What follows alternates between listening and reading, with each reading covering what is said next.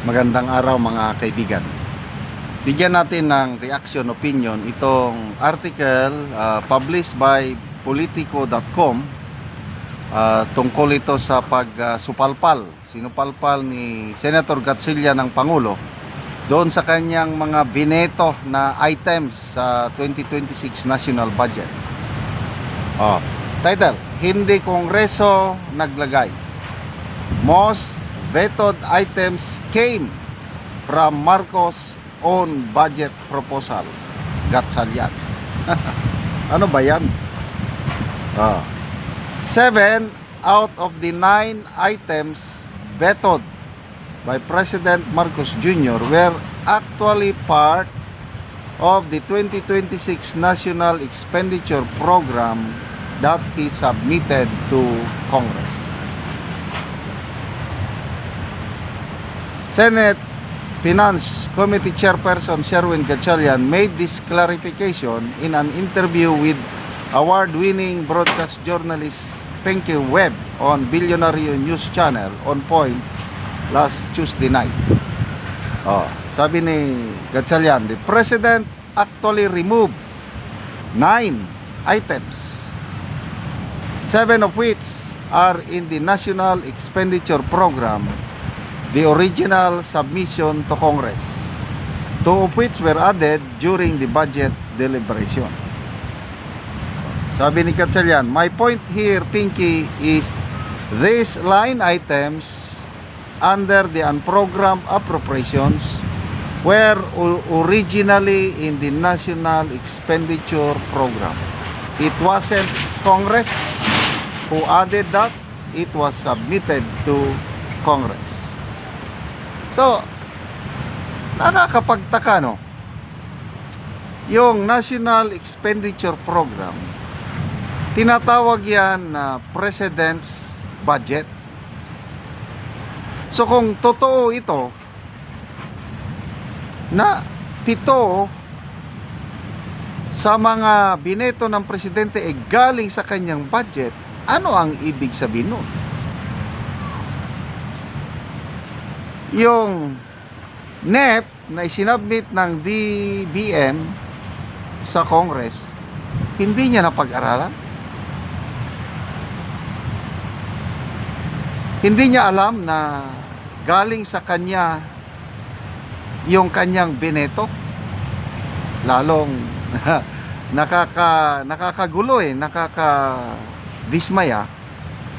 Ibeto mo yung nanggaling sa iyo.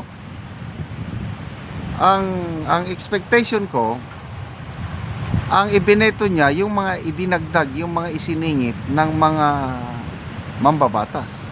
Hindi naman pala eh.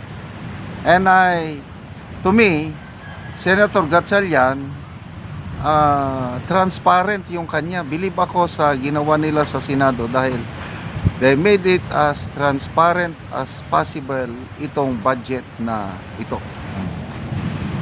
Of the more than 243 billion worth of projects under the unprogrammed appropriations of the ratified GAB, Marcos only retained 3 items.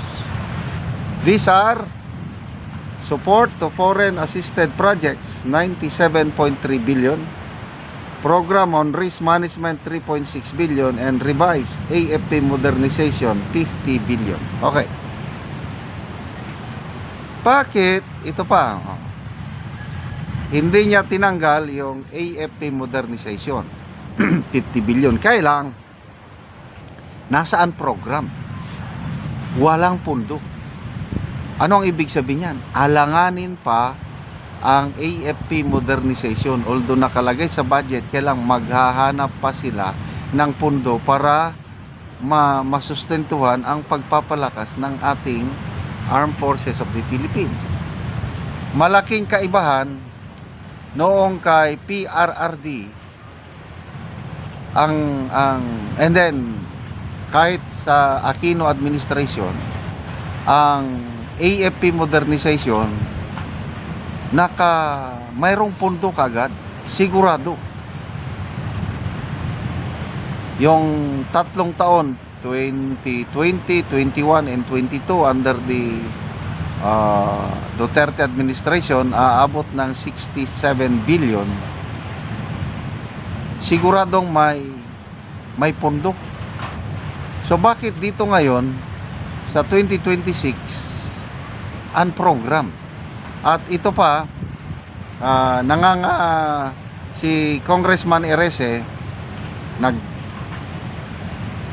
ng kanyang sinabi na dahil hindi bineto lahat ang program appropriations, sasampahan niya na sa Korte Suprema dahil nagdesisyon na ang mga maestrado na any form of an program allocation is unconstitutional or is illegal. So, nangangamba tayo dito sa AFP modernization, 50 billion na inila. Dapat sana punduhan na nila ito. Ano ba naman? Ipinagmamayabang ng Pangulo na ang kanyang administration will develop a world-class armed forces that is a source of national pride and security.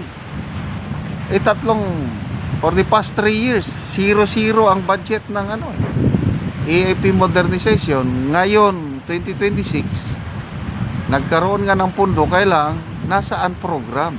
Maghahanap pa ng additional na earnings, revenues para mapunduhan. Ano ibig sabihin, no?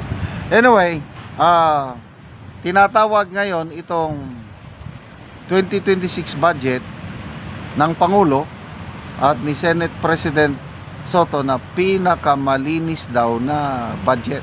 Kaya lang, umaalma si Senator Amy Marcos. Sabi niya, punong-puno pa rin ng pork ang 2026 national budget. Giniling nga lang na pork.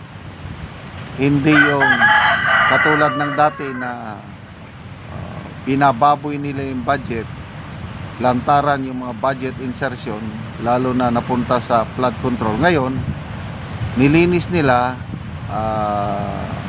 yan nga, giniling. Punong-puno pa rin yung budget ng mga ayuda. Grabe, sobrang ayuda, kaliwat kanan. Lalong lumaki ang ayuda itong 2026 national budget. Salamat mga kaibigan sa inyong pagsubaybay sa ating channel.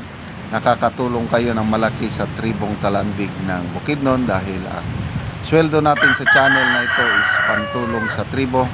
Namimigay tayo ng mga libreng yero at pako para makapagpatayo itong tribo ng mas maayos nilang tirahan. Panoorin niyo ang video na ito. Ano ang natagaan si Kuya Ugero? Kuan grasya na mo nga para sa mong balay. Ay ani. Imong Tulungan na mong balay nako. tulo na imong balay.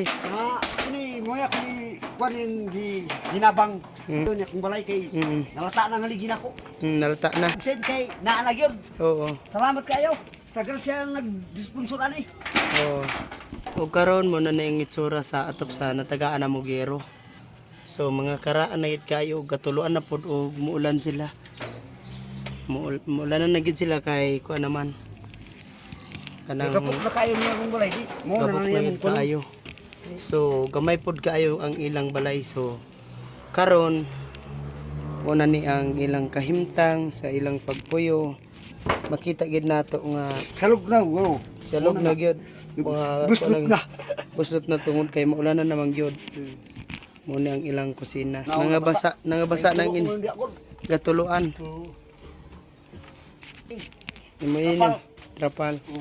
Salamat gyud sa Ginoo nga sa labok para sa kagamas tanan nga kining nag-sponsoran ni hinaot nga mapilo pa ang mga panalangin pod nga mga times 3 ang iyang mga serbisyo sa mga tao mga tabang pa sa uban dili kamera kay tinuod pobre ni pero naa pa day nagmahal sa mo nga adunahan Nga nalipay pod ni sa mga diri sa among sa Bukidnon diri sa San Rafael kay usap po din nakahatag sa mo og kuan gyud kining Pebrulia naa di po nagkuan sa mo nga mga investor, investment kuno mga kuan ba tabang nagtabang sa mo gyud kay tungod sa kawalan una mo so unsa ra daya imong trabaho? construction worker Construction ra ka. So pila imong estudyante? upat Upat. Mm. So taman ra gyud sa pagkaon ang imong kwarta. O igo pagkaon na gyud. Nay makotang exam wala na gyud. Say mamaylo ra mi og bugas akong ginikanan Hmm. kay wala lagi pictures barato ben sulo karon. Hmm. Igo pa mong kompanya og flood control. Hmm. So salamat kayo ya. Mo sa mo ra gyud. Hmm.